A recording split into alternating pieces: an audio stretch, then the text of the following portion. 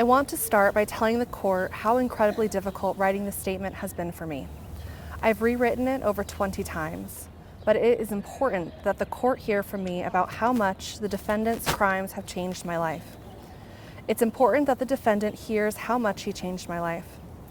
My name is TP, and I will unfortunately never forget November 4th, 2019.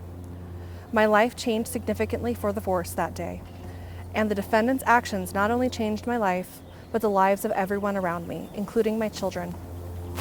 Inmate Services Corporation picked me up that day from Santa Fe County Detention Center to transport me to the Delta County Detention Center in Colorado.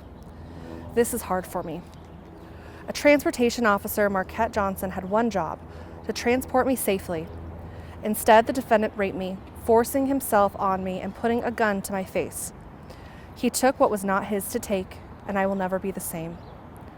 I suffer from PTSD, anxiety, and night terrors that are so bad I wake up shaking, dripping in sweat, my bed soaked in sweat. I am often unable to complete simple tasks like shopping for food.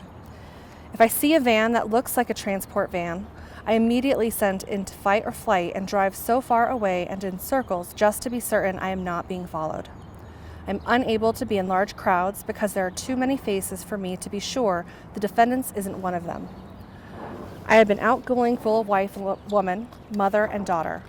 But now I have suffered in so many ways and will never be the same just because Marquet Johnson wanted to get his rocks off. Please put yourself in my shoes. My life flashed before my eyes. I felt a gun pressed to my head. There was a heavy body on top of me, penetrating me without my consent. On top of it all, the defendant had the audacity to put a piece of paper in my back pocket and say, "Here's my number, call me when you get out." It was degrading and belittling. The defendant took my confidence, my happiness. My kids didn't recognize me.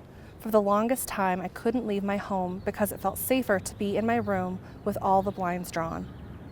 Mr. Johnson, I was scared to close my eyes because when I did, I'd see your face, feel your gun, and feel you inside of me. I did not give you permission to penetrate me. You took advantage of your authority. I cannot emphasize enough that there is no sentence that this court can give you that will erase the trauma you've caused me or the damage you've done to my loved ones. You are responsible for me living a life that I do not deserve. In addition to everything else I've described, I don't feel comfortable in my own skin because of you. All you had to do was transport me. I'm grateful to have been supported by my family, the courts, DEA, FBI, and most importantly, my attorney and her staff. You helped me in more ways than you could imagine, and I couldn't have gone through this without you fighting by my side. This hasn't been easy. Every day there is a chance that something triggers me, and I will have to deal with this for the rest of my life. But I hope I've made a difference and believe I've prevented Marquet Johnson from harming more women. I can't come close to saying everything I want to say, but like I said at the beginning, this isn't easy for me.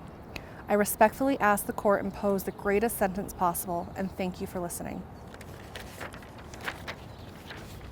Hard to read. Hard to read.